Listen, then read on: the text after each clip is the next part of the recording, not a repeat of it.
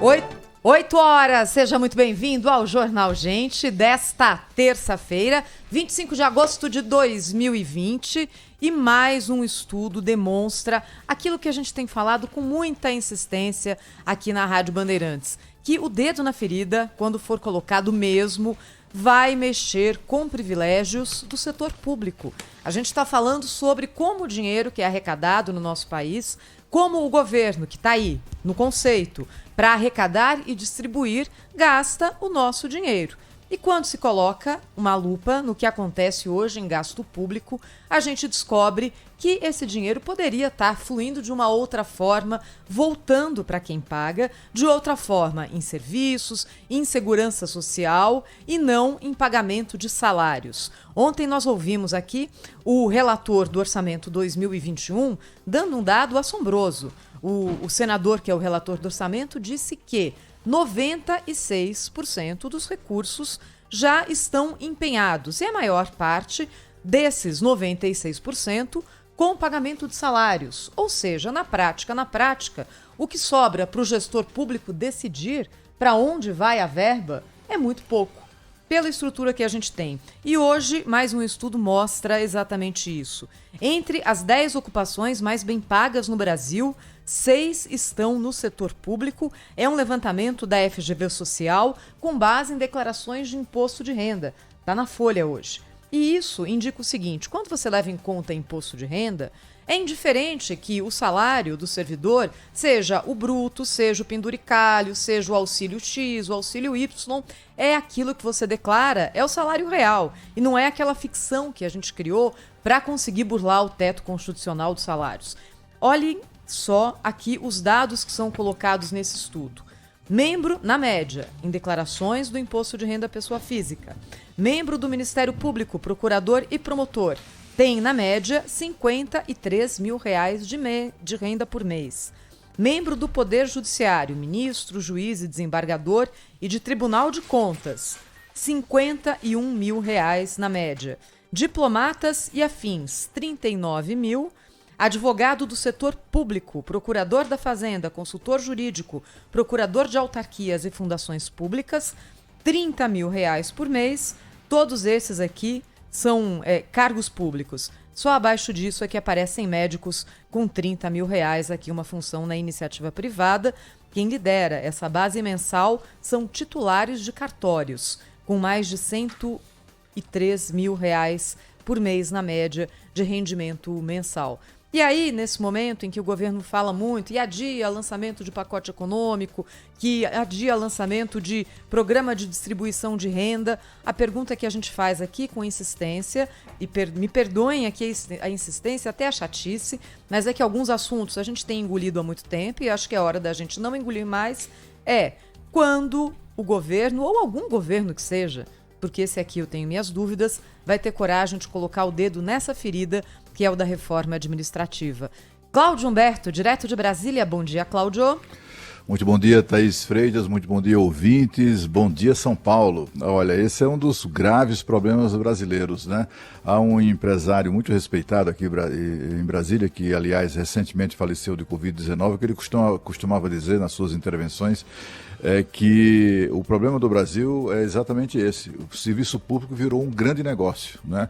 As pessoas entram no serviço público já ganhando o teto, na grande parte dos casos, sobretudo nessas carreiras de Estado, né, que você se referiu. Não há funcionário pequeno no Ministério das Relações Exteriores, no Ministério da Fazenda, nesses órgãos que têm carreiras de Estado, Receita Federal, etc, etc. Os funcionários já ganham muito bem e, além de ganhar o salário no teto, ainda ganham os penduricalhos, né? Ainda tem os penduricalhos que acabam multiplicando o valor dos salários, né, também na justiça. Há casos citados, por exemplo, ontem aqui pelo senador Márcio Bittar, que é o relator do orçamento de 2021, ele é absolutamente chocado com a informação de que no Tribunal de Justiça de São Paulo há desembargadores recebendo cerca de R$160 mil por mês, né? Enquanto isso, no setor privado, as pessoas estão ali, ralando muito para conseguir manter o seu negócio em dia, conseguir manter os salários que precisa pagar, não é? Isso os que estão conseguindo, porque tem muita gente que já desistiu, muita gente cujas empresas já fecharam, muitos brasileiros, 13 milhões, que já perderam seus empregos, 2 milhões deles durante a crise da pandemia. E o setor público, o serviço público, segue como se não tivesse acontecendo nada. Nunca uma crise atinge o setor público. Você nunca ouviu falar na história do Brasil que o serviço público atrasou os salários em razão de uma crise, que houve supressão de postos de trabalho no setor público em razão de uma crise econômica. Não, isso atinge somente quem paga a conta. O mais dramático da situação do Brasil é exatamente isso. É que quem paga a conta, quem sustenta o setor público, esse está na chuva se molhando, né? Esse está submetido a todas as intempéries. Ele tem que se virar. O importante é ele se virar o suficiente para sustentar o setor público. Lá no setor público não acontece absolutamente nada, né? O Poder Executivo nunca propõe nenhuma medida efetivamente saneadora disso, né? Que acabe revertendo esse tipo de coisa. O Poder Legislativo, quando faz, quando algum tema aparece por lá, eles metem na gaveta. Há uma proposta de emenda constitucional, Thaís, de autoria do deputado Pedro Cunha Lima, que é um deputado que nós entrevistamos há, sei lá, talvez 1 ano ou 2, no Bastidores do Poder, ele falando com muito entusiasmo sobre a PEC que ele propôs, que simplesmente acaba com todos os penduricalhos no serviço público. O que é que o Rodrigo Maia fez com essa PEC e com todas as outras propostas nessa direção? Meteu na gaveta, sentou em cima. Eles não têm interesse, né? Não têm interesse de mexer nisso. Quando se falou em o setor público oferecer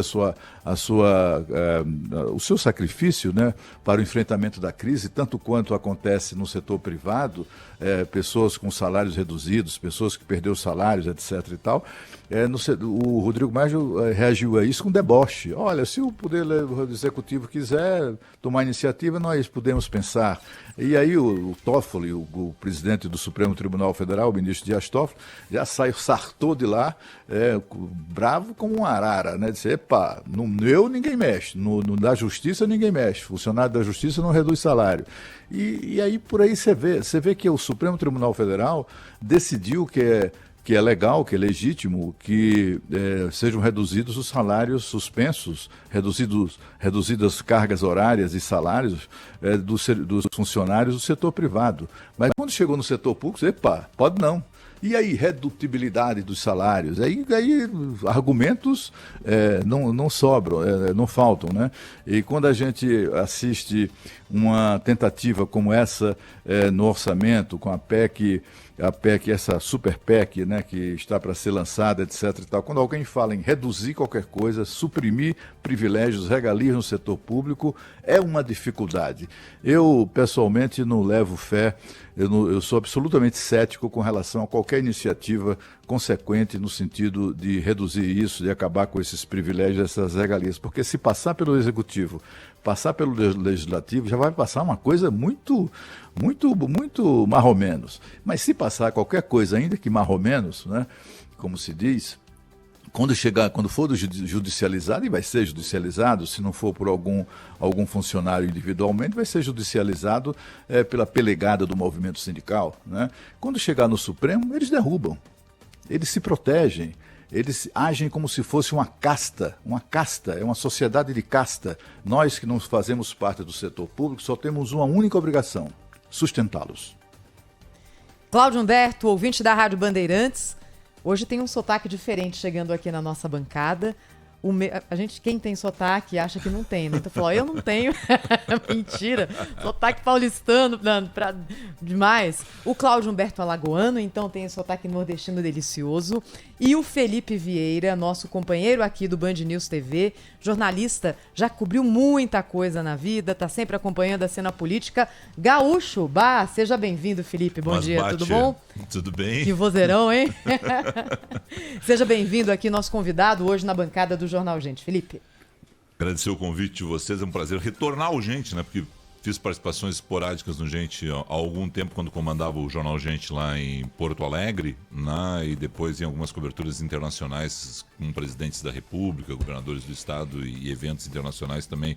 Participei aqui no passado do Jornal Gente de São Paulo. É um prazer retornar, agregar algumas informações aí ao que vocês já trouxeram nessa abertura do programa.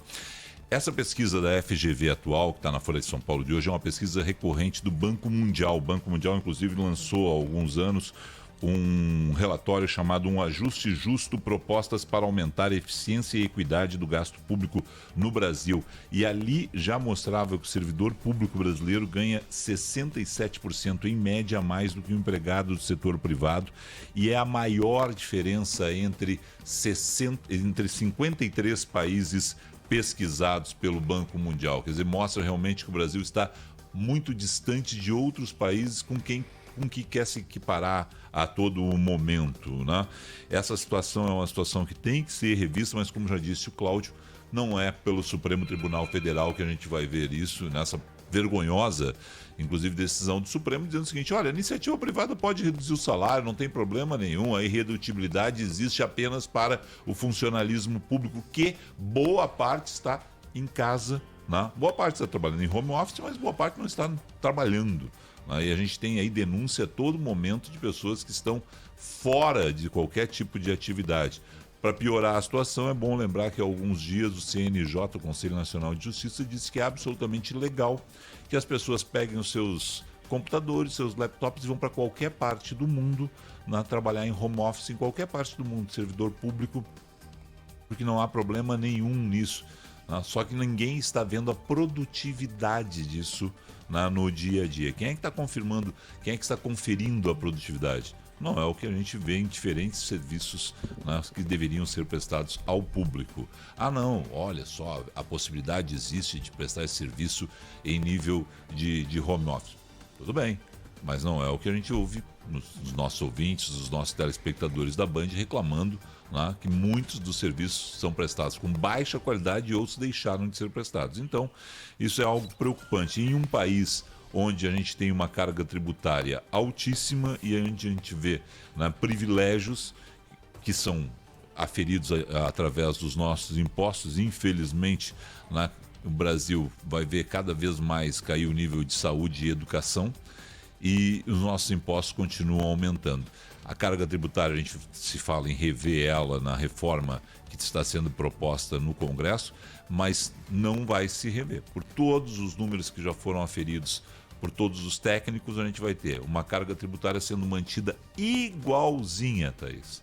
Isso se for mantida, né, Felipe? Porque com a vontade do governo nesse momento eu preciso de dar boas-vindas ao Felipe. Né? É verdade, Cláudio. Felipe, eu quero dizer que eu estou muito orgulhoso assim, de participar de que você participe do nosso programa, que você esteja conosco. Felipe é um daqueles jornalistas que, quando leem uma notícia, quando dão uma notícia, quando comunicam a notícia, quando fazem um comentário, eles atribuem aquilo ali uma total credibilidade, né? É o tipo do colega que, quando está ali na apresentação da Band News TV, no dia a dia ali, você olha, ele exala credibilidade. Então é um dos jornalistas É um dos jornalistas mais bem-sucedidos, mais respeitados do país. É um orgulho para o Grupo Bandeirantes de Comunicação tê-lo conosco, Felipe. E nós aqui, eu estou aqui insuportável, né? Só pela sua presença. E claro, nosso ouvinte, viu, Cláudio? Porque participa ativamente aqui do Jornal Gente, manda o WhatsApp o tempo todo, né, Felipe? O Pedro sofre. Um abraço pro Pedro. O Pedro tá em férias, volta semana que vem. Um abraço pro Pedro. Surfando. 8h14, você está conosco aqui no Jornal Gente da Rádio Bandeirantes, também em áudio e vídeo para você que quiser conferir as imagens do nosso estúdio, no YouTube e no Facebook da Rádio Bandeirantes.